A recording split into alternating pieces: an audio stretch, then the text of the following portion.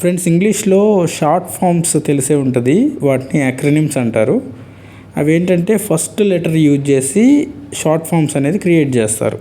మనకి చాలా short forms తెలుసు, మనం వాడుతూ ఉంటాం. For example PIN, P I N, personal identification number, first letter used అనమాట. PDF, portable document format.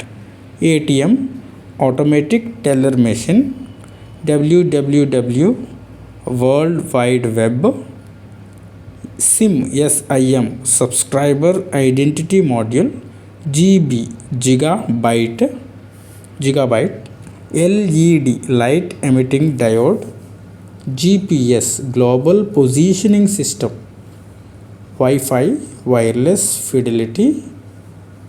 USB, universal serial bus. SMS, short message service.